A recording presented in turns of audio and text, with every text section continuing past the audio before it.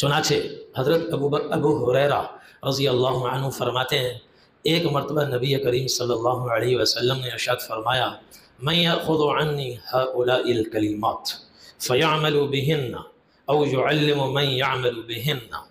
مسند احمد کی روایت ہے، آپ نے یوں 5 انگلیاں کھولی، آپ نے فرمایا بھائی کوئی ہے جو 5 باتیں مجھ سے سیکھ کر عمل کرے، اور اگر عمل میں خود کمزور ہو، سست ہو، کاہل ہو، ذہن اس کا اچھا ہو، وہ بھی تیار ہو جائے مجھ سے کم از کم 5 سیکھ لے، آگے اس کو ایسے عمل والے ملیں گے وہ یہ 5 ان تک پہنچا دے، آگے پہنچا دے، تاکہ وہ عمل کریں، ان کے عمل سے اس کو بھی فائدہ ہوگا، ان کو بھی فائدہ ہوگا۔ کوئی ہے؟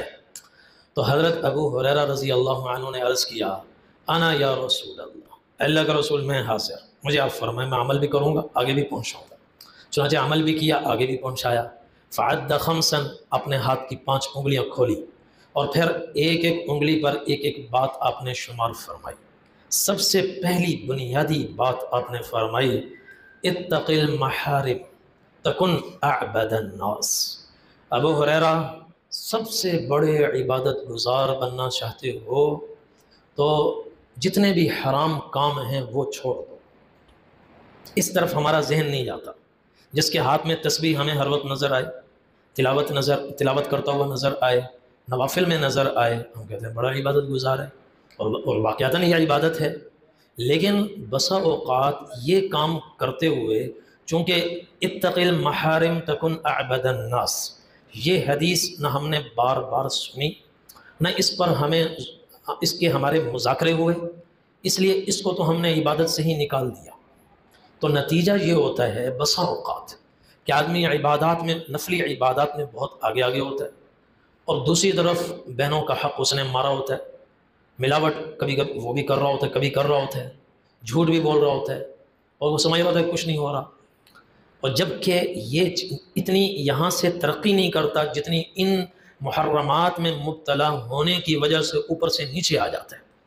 نبی کریم صلی اللہ علیہ وسلم بڑا عبادت گزار بنانے کے لیے سب سے زیادہ اسی پر زور صرف فرماتے تھے اتق المحارم تکن اعبد الناس۔ حرام چھوڑ، جھوٹ حرام ہے، ملاوٹ حرام ہے، سود خوری حرام ہے، سودی لین دین حرام ہے، معاملات کو شریعت کی حدود سے ہٹ کر چلانا حرام ہے، جھوٹے مقدمات کرنا حرام ہے، جھوٹی گواہیاں دینا حرام ہے، ماں باپ کی نافرمانی حرام ہے۔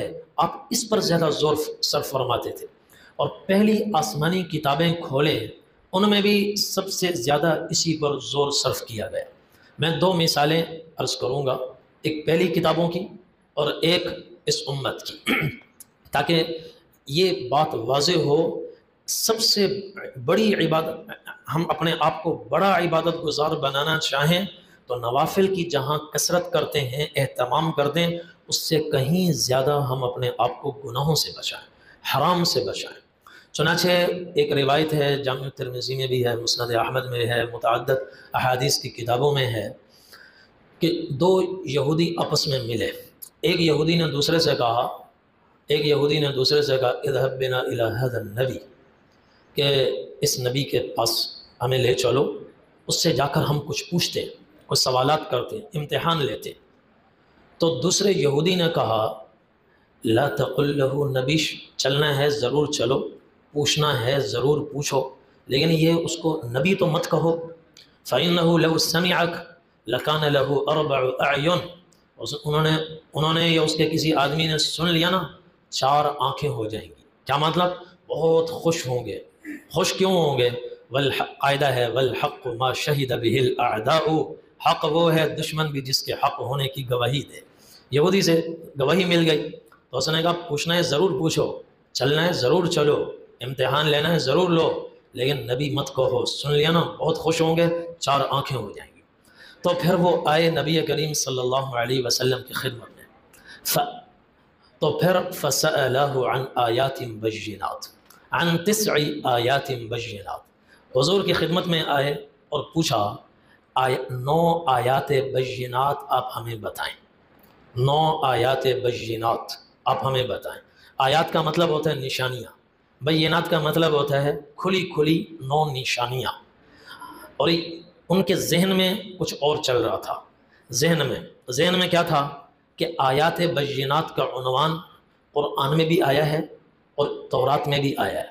قرآن میں یہ عنوان ہے وَلَقَدْ آتَيْنَا مُوسَىٰ 9 آیات بینات، ہم نے موسیٰ علیہ السلام کو 9 کھلی کھلی نشانیاں عطا فرمائیں۔ پھر اللہ نے قرآن کی مختلف آیات میں اس کی تفصیل بیان فرمائی۔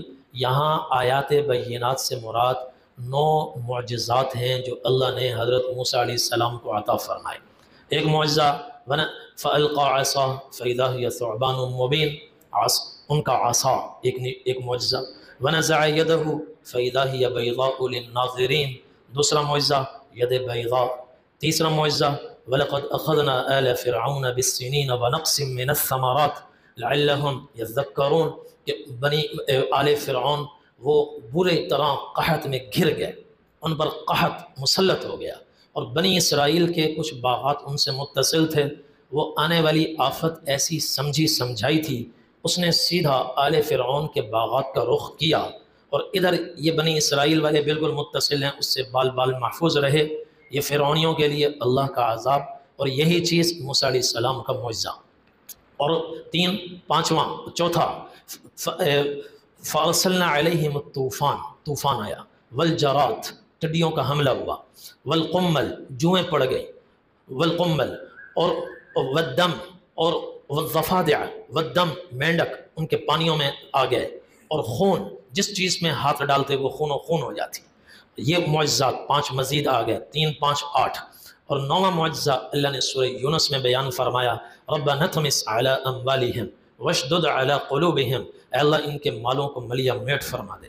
چنانچہ ان کے لاکروں میں ان کا مال رکھا ہوا، سونے چاندی جواہرات اور سکے، وہ ایک دم وہ پتھر کی ٹھیکریوں میں تبدیل ہو گئے۔ وہ سونے کا سکہ سونا نہ رہا، وہ سنگریزے میں تبدیل ہو گیا۔ یہ ان پر اللہ کا عذاب، موسیٰ علیہ السلام کا یہ معجزہ۔ تو یہ عنوان 9 آیات بینات قرآن میں بھی استعمال ہوا، اور یہی عنوان تورات میں بھی استعمال ہوا۔ تورات میں جب یہ عنوان آیا، اس کے تحت 9 احکامات اللہ نے بیان فرمائے، اور وہ 9 احکامات وہ تھے جو آدم علیہ السلام سے لے کر حضور پاک صلی اللہ علیہ وسلم تک تمام شریعتوں میں مشترک تھے، کسی شریعت میں وہ منسوخ نہیں ہوئے۔ احکامات عامہ اللہ نے بیان فرمائے۔ تو ان کے ذہن میں تھا کہ حضور سے مبہم سا عنوان لیتے ہیں، پوچھتے ہیں کہ ہمیں 9 آیات بینات کے متعلق بتائیں۔ ذہن میں یہ تھا کہ ہمیں جواب ملنا چاہیے تورات والا۔ ان کے ذہن میں تھا حضور نے نہ تورات کو پڑھا، نہ چھوا، نہ کھولا، تو نہ آپ پڑھنا جانتے تھے، عربی نہیں پڑھ سکتے تھے، تو آپ عبرانی زبان کیسے پڑھتے؟ تو ان کے ذہن میں تھا ہمیں جواب ملے تورات والا، اور ان کے ذہن میں تھا کہ ہم پوچھیں گے آپ جواب دیں گے قرآن والا، ہم کہیں گے یہ نہیں ہمیں وہ چاہیے۔ تو نبی کریم صلی اللہ علیہ وسلم سے جب پوچھا، آپ نے وہی تورات والا ان کو جواب دیا۔ وہ احکامات 9 بتائے جو آدم علیہ السلام سے لے کر حضور پاک صلی اللہ علیہ وسلم تک تمام شریعتوں میں مشترک، سب میں، کسی شریعت میں منسوخ نہیں ہوئے۔ اور وہ سب، اب میں ان کی تفصیل نام لوں گا، بتاؤں گا، تو آپ غور فرمائیں کہ وہ ساری ممانعتیں، یہ نہ کرو، یہ نہ کرو، یہ نہ کرو، یہ نہیں آ رہا، یہ کرو، یہ کرو، یہ کرو، زیادہ زور ہے یہ نہ کرو، یہ نہ کرو، یہ نہ کرو، لا تشرکوا باللہ شیئا، شرک نہ کرو، ولا تسرقوا، چوری نہ کرو، ولا تزنوا، زنا نہ کرو، ولا تقتلوا النفس التي حرم اللہ الا بالحق، کسی کو ناحق قتل نہ کرو، ولا تمشوا ببریء الی ذی سلطان لیقتلہ، اور کسی پر جھوٹا مقدمہ نہ کرو، کسی معصوم بے گناہ کو جھوٹے مقدمے میں مت پھنساؤ، عدالتوں میں اس کے خلاف گواہیاں نہ دو، اور ولا تسحروا، جادو ٹونے نہ کرو، ولا تأکلوا الربا، سودی لین دین نہ کرو، ولا تقذفوا محصنۃ، کسی پر الزام نہ لگاؤ، خاص طور پہ پاک دامن عورتوں پر۔ مرد پر الزام لگے اس کی زندگی بھی خراب ہوتی ہے، عورت بیچاری پر الزام لگ جائے اس کی زندگی تو برباد ہو جاتی ہے، نسلیں خراب ہو جاتی ہیں۔ آپ نے فرمایا لا تقذفوا محصنۃ، کسی پاک دامن عورت پر ہرگز تہمت نہ لگاؤ، ہرگز تہمت نہ لگاؤ، اور ولا تولوا للفرار یوم الزحف، 9واں حکم ہے کہ میدان جہاد میں دشمن کے مقابلے میں ہو تو پھر پیچھے مت بھاگو، آگے ہی بڑھو، چاہے شہادت ملے یا اللہ فتح عطا فرمائے، پیچھے مت ہٹو اور پیٹھ مت دکھاؤ۔ 9 حکم آپ نے بیان فرمائے، آپ نے پھر مزید فرمایا وعلیکم خاصۃ الیہود اللہ تعتدوا فی السبت، اے یہودیو یہ 9 حکم تو سب کے لیے ہیں، آدم علیہ السلام سے لے کر دنیا کے آخری انسان تک سب کے لیے، مگر ایک 10واں حکم تمہیں اضافی بتا رہا ہوں جو صرف تمہارے لیے تھا، نہ تم سے پہلے کسی کو ملا نہ تمہارے بعد کسی کو ملا، وہ یہ کہ ہفتے کے دن کی تعظیم کرو، ہفتے کے دن میں حد سے تجاوز نہ کرو۔ اب جو ان کے ذہن میں تھا کہ حضور جواب دیں گے قرآن والا، آپ نے دیا تورات والا، اور پوچھنا بھی وہی تورات والا چاہ رہے تھے، آپ کے علم کا ان پر ایسا روب پڑا کہ اپنے کنٹرول سے وہ باہر ہو گئے، بے اختیار ہو گئے۔ فقبل یدیہ ورجلیہ، حضور کے سامنے گر گئے، آپ کے پاؤں چومنے لگے، ہاتھ چومنے لگے، اور بے اختیار ان کی زبان سے نکلا نشہد انک نبیش، مان گئے آپ واقعی اللہ کے نبی ہیں، اللہ کے رسول ہیں۔ نبی کریم صلی اللہ علیہ وسلم نے فرمایا یہودی اب تو تم بے اختیار تمہاری زبان سے نکل ہی آیا ہے، اختیار سے بھی تم کہہ دو کہ میں اللہ کا رسول ہوں۔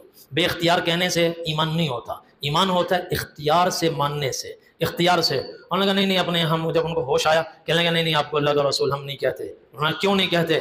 کہ 2 وجہ ہیں۔ ان داؤد علیہ السلام دعا ربہ الا یزال فی ذریتہ نبیش، ایک وجہ یہ ہے داؤد علیہ السلام نے دعا کی تھی یا اللہ اب آگے جتنے بھی رسول آئیں سب میری ذریت میں آئیں، آپ چونکہ ان کی ذریت میں نہیں ہیں اس لیے ہم آپ کو رسول نہیں مان سکتے۔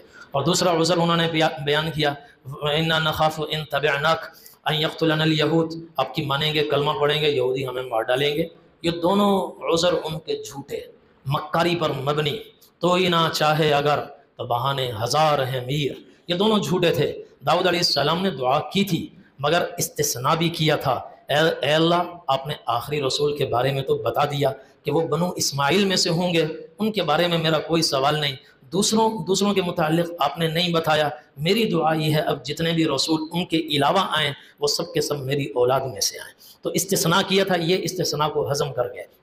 اور دوسرا انہوں کا یہودی مار ڈالیں گے، مسلمان مدینہ طیبہ میں جب تشریف لائے تو ہر آنے والا دن پچھلے دن کے مقابلے میں زیادہ سیاسی طور پر بھی اور دینی اعتبار سے بھی مضبوط سے مضبوط تر ہوتا چلا جا رہا تھا۔ نبی کریم صلی اللہ علیہ وسلم جب مدینہ میں تشریف لائے پہلا دن تھا، عبداللہ بن سلام رضی اللہ عنہ یہودیوں کے بڑے عالم تھے، مسلمان ہوئے، یہودی ان کی جان کے دشمن ہوئے مگر مسلمانوں نے ان کی حفاظت فرمائی۔ اسلام کے روب اور حضور پاک صلی اللہ علیہ وسلم کے روب کی بدولت یہودیوں کو ہمت نہیں ہوئی کہ حضرت عبداللہ بن سلام رضی اللہ عنہ کو قتل کر سکیں۔ جب ان کو قتل نہیں کر سکے ان یہودیوں کو کیسے قتل کرتے؟ تو دونوں ان کے عذر